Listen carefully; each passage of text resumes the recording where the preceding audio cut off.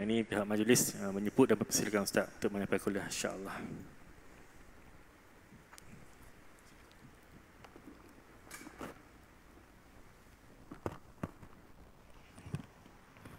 Assalamualaikum warahmatullahi wabarakatuh.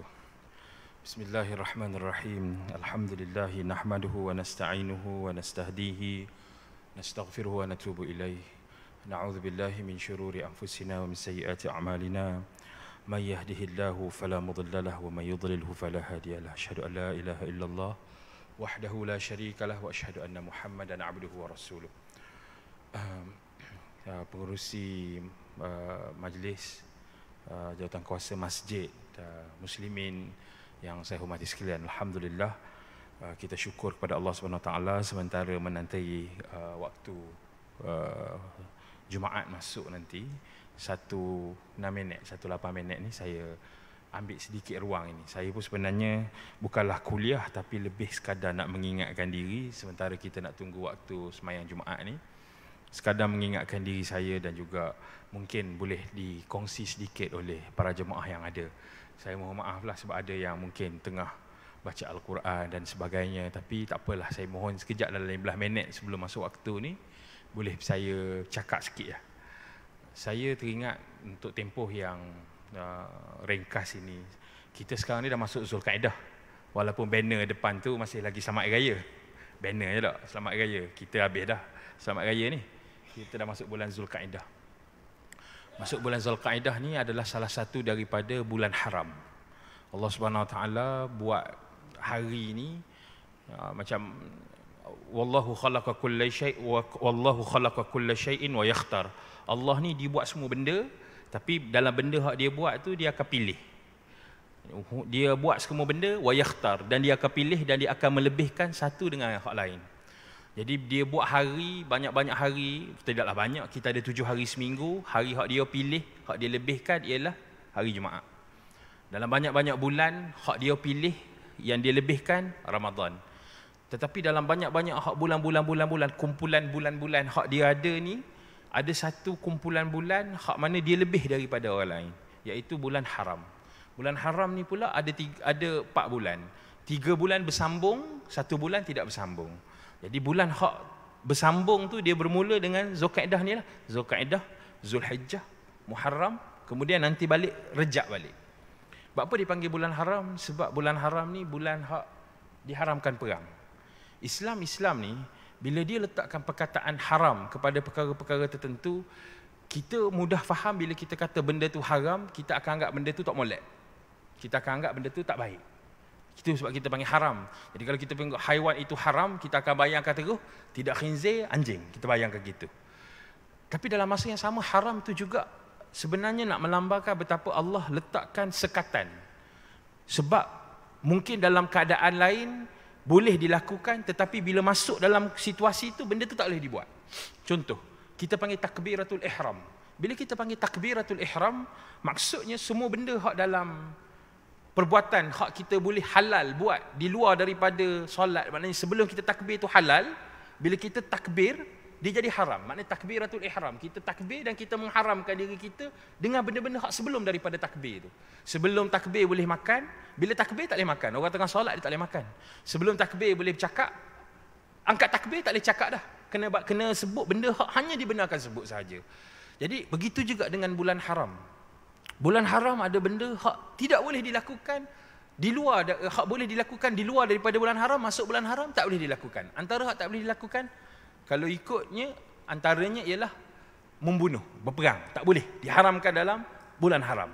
Baik, sebab itu Al-Hafiz Ibn Hajar Al-Asqalani atau Al-Hafiz Ibn Kathir ketika dia mensyarahkan tentang bulan haram ini, dia sebut, Ibn Kathir sebut dalam kitab dia, dalam tafsir Al-Quranil Azim, atau hak kita biasa sebut sebagai tafsir Ibn Kathir, dia kata mana-mana perbuatan haram hak dibuat di luar daripada bulan haram berbanding dengan hak dibuat di dalam bulan haram. Ketika dia nak mentafsirkan tentang Ashharul Hurum itu, tentang bulan-bulan haram itu, dia mengatakan bahawa dosa hak dibuat dalam bulan haram ini lebih besar dari sudut berat dosa dia berbanding dengan dosa di luar daripada bulan haram.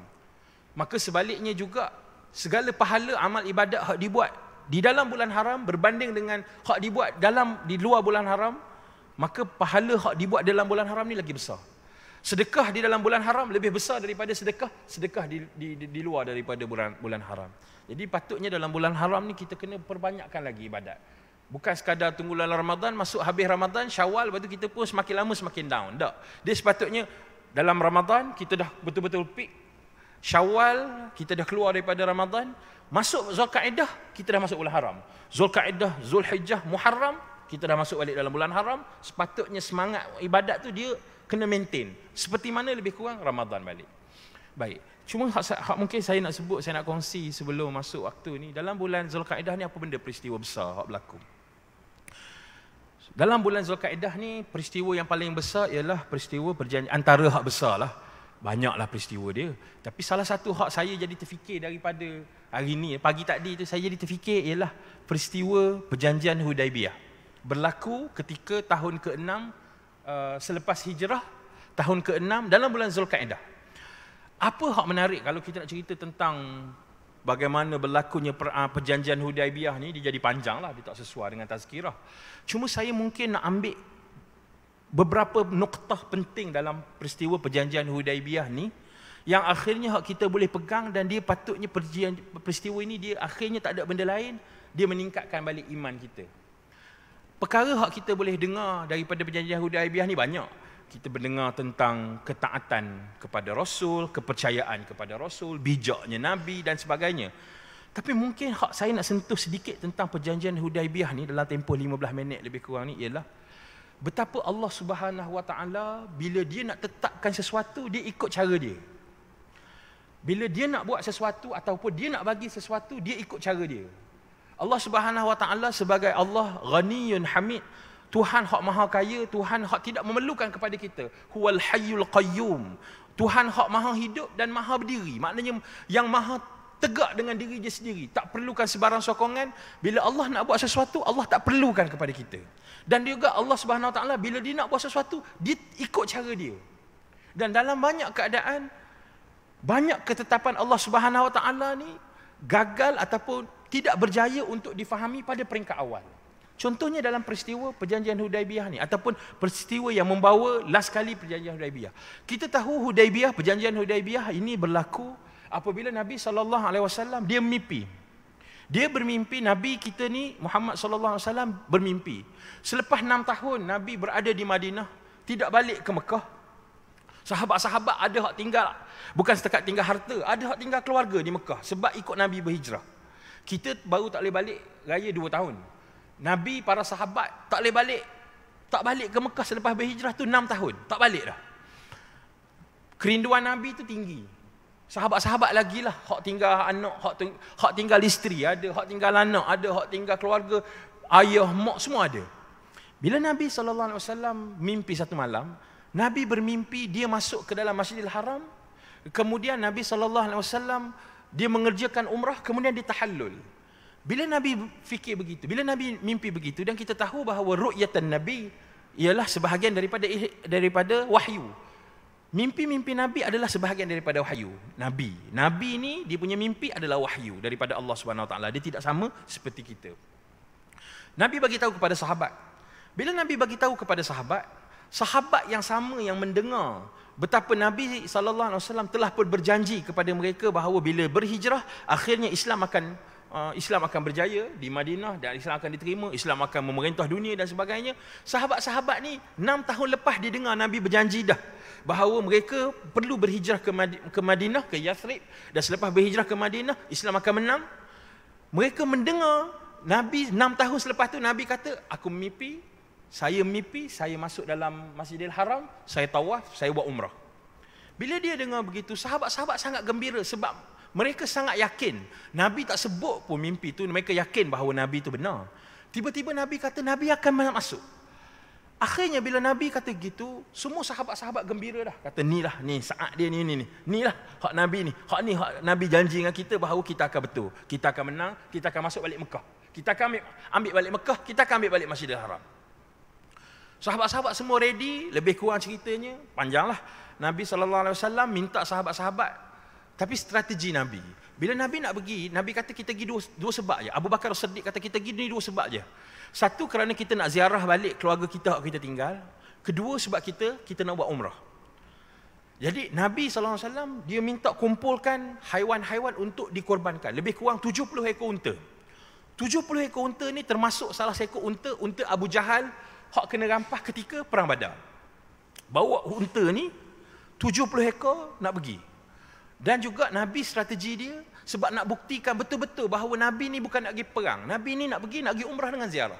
Jadi Nabi suruh khabar ke Arab hak masih lagi kabilah-kabilah Arab yang kafir ni, dia suruh bagi tahu bahawa Nabi SAW nak lalu jalan ni, Nabi nak pergi buat umrah, Nabi nak pergi ziarah. Jadi nak ajak habis ni Arab-Arab di tepi jalan, hak belum beriman pun tak apa, mari join Nabi sebab Nabi nak pergi masuk Mekah. Bukan tujuan nak perang. Sebab nak buktikan bahawa tak perang. Sebab kalau perang mesti Nabi tak akan ajak hak kafir. Nabi ajak sekali Arab-Arab hak keliling-keliling jalan tu untuk pergi. Baik. Bila pergi sampai dekat Hudaibiyah, ringkas cerita, Nabi kena sekat. Nabi kena sekat ataupun Nabi ditahan di situ, bertahan di situ. Akhirnya sahabat-sahabat bertanya, kita nak pergi ke kita nak teruh? Nabi tanya kepada sahabat, kita nak teruh ke kita nak patah balik? Sebab kufar musyrikin Mekah tubik juga.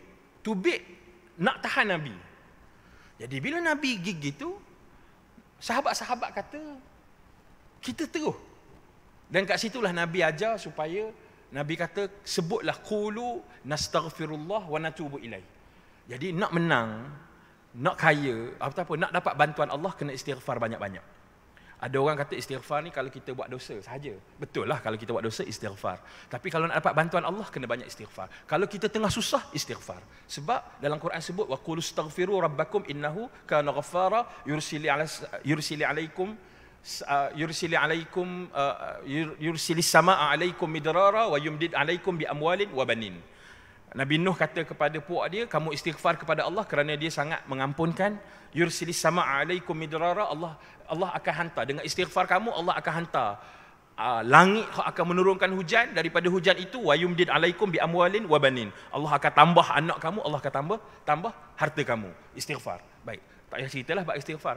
Bila Nabi tengok gitu, sahabat sebut. Dan Nabi bila dia tengok sahabat sebut nastaghfirullah wa natubu ilaih, Nabi kata, aku teringat Nabi Musa dulu bila Allah suruh Nabi Musa masuk ke dalam Baitul Maqdis. Nabi Musa suruh puak dia ni minta sebut benda yang sama, sebutan yang sama. Saya kena buka telefon, takut dia terlajak. Nabi Musa minta supaya orang Bani Israel nak masuk dalam Baitul Maqdis sebut juga benda yang sama, nastaghfirullah wa natubu ilaih. Tetapi Bani Israel tak sebut. Dia kata dia tak mahu sebut nastaghfirullah wa natubu ilaih. Apa lagi, bahkan Bani Israel sampai sebut kepada Nabi Musa, izhab anta wa rabbuka faqatila wa nahnu hahuna qa'idun. Mugilah masuk dengan, mugilah perang wahai Musa, dengan Tuhanmu kami tunggu sini, mu menang kami masuk. Ni bila sahabat-sahabat semua pakat sebut nastaghfirullah wa natubu ilaih, dan Nabi pula sebut, kamu ni tidak seperti mana Bani Israel ketika mana Musa ajak masuk dalam Baitul Maqdis, Musa suruh sebut nastaghfirullah wa natubu ilaih. Demo tu tak sah, demo tu tak embuh. Jadi mereka tak berjaya masuk dalam Baitul Maqdis. Kamu sekarang ni sebut, sahabat-sahabat semakin yakin. Dahlah Nabi mimpi. Ni bila Nabi suruh sebut nastaghfirullah wa natubu ilaih, dia pun sebut juga nastaghfirullah wa natubu ilaih. Memang rasa menang lah kali ni. Memang rasa boleh masuk lah Mekah kali ni. Akhirnya kita tahu ada 3 perundingan. Ada bukan 4 perundingan. Perundingan pertama, orang kufar musyrikin hantar seorang dulu. Datang tanya Nabi, mu mari nak buat apa Muhammad? Nabi kata, tak, aku mari nak ziarah, tidak perang, aku nak mari ziarah, nak mari buat umrah. Ni buktinya aku ni bawa hak bukan Islam pun masuk dalam join dalam rombongan aku ni, dan aku bawa ni, tengok ni 70 ekor unta, semua dah ditanda untuk aku sembelih. Untuk aku buat al-hadiyu, maknanya nak sembelih selepas selesai umrah. Kedua pun lebih kurang gitu. Hak kedua pun mari runding, Nabi sebut benda yang sama, pun gagal. Hak ketiga mari ni dia lain sikit. Nama dia Urwah ibn Mas'ud al-Thaqafi. Dalam kitab sirat sebut Urwah ibn Mas'ud al-Thaqafi. Urwah bin Mas'ud al-Thaqafi ni adalah orang Taif. Al-Thaqafi ni dia banyak di sebelah Taif. Dia mari jumpa dengan Nabi.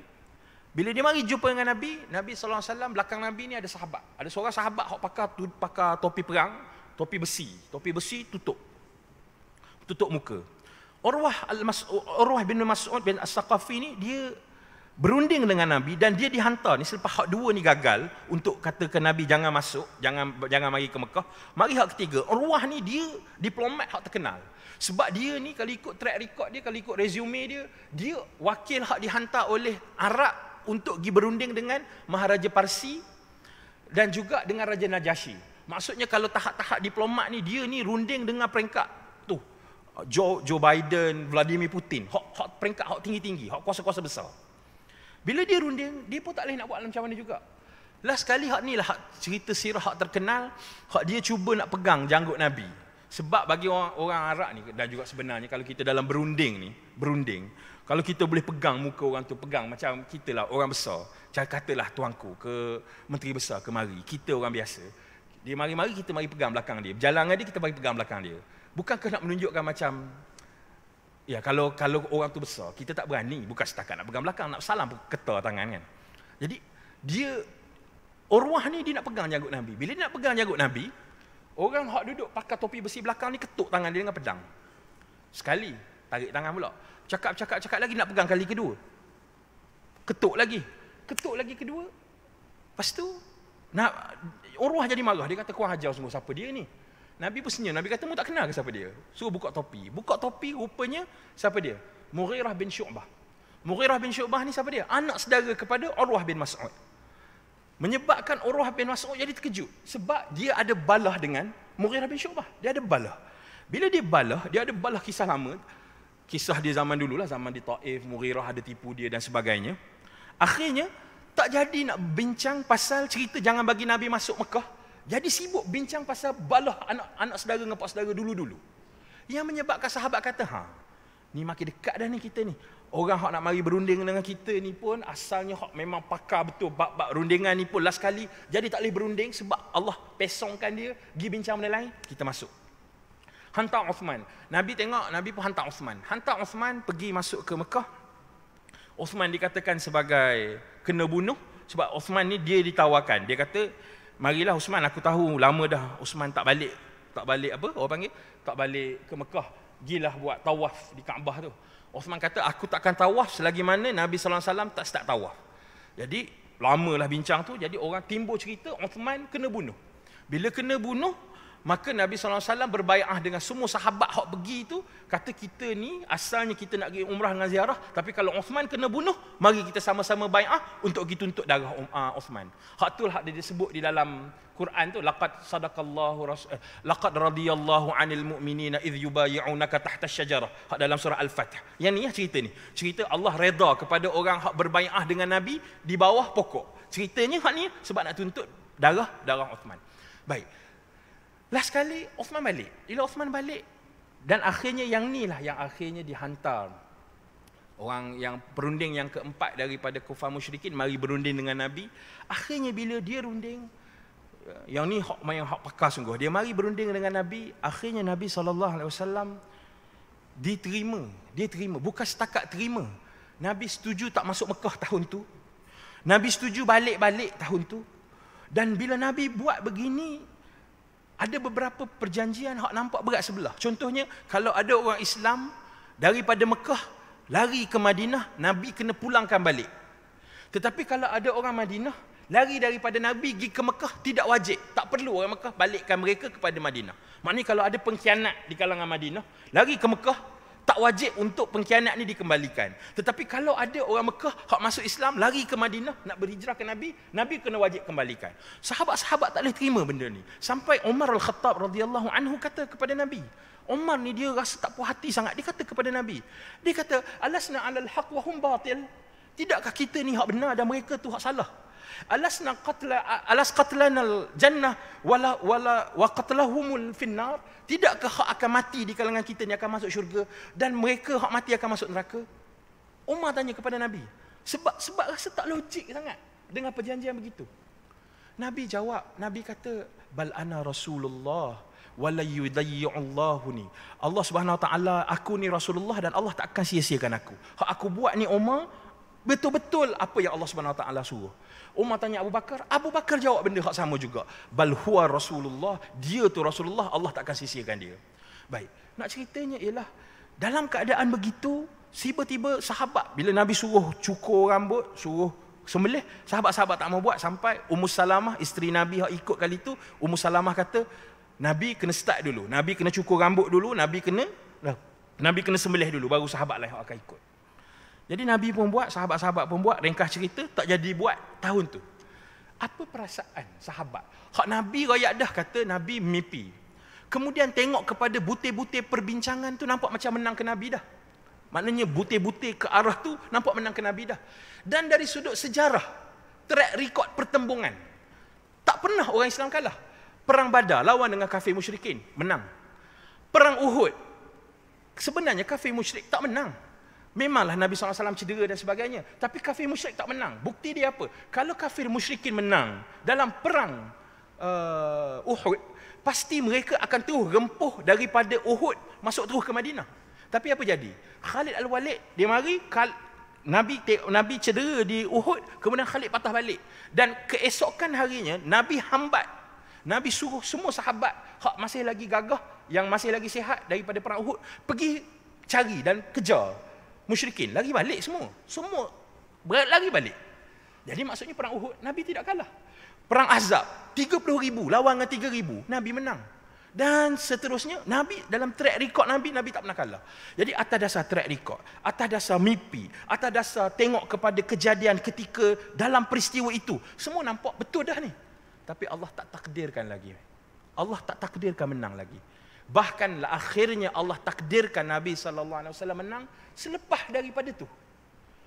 Bahkan sebenarnya apa yang dilihat sebagai kekalahan ketika itu, ia adalah sebenarnya butir-butir kemenangan yang besar nanti yang Allah Subhanahu Wa Taala sebut, inna fatahna laka fatham mubina. Contohnya dalam perjanjian itu, bila hak saya sebut tadi, bila hak Amba sebut tadi kata inilah lah ni. Bila Allah Subhanahu Wa Taala kata bila dalam perjanjian itu disebutkan kalau orang dia jadi kalut ni sebab tahu nak masuk atur dah ni.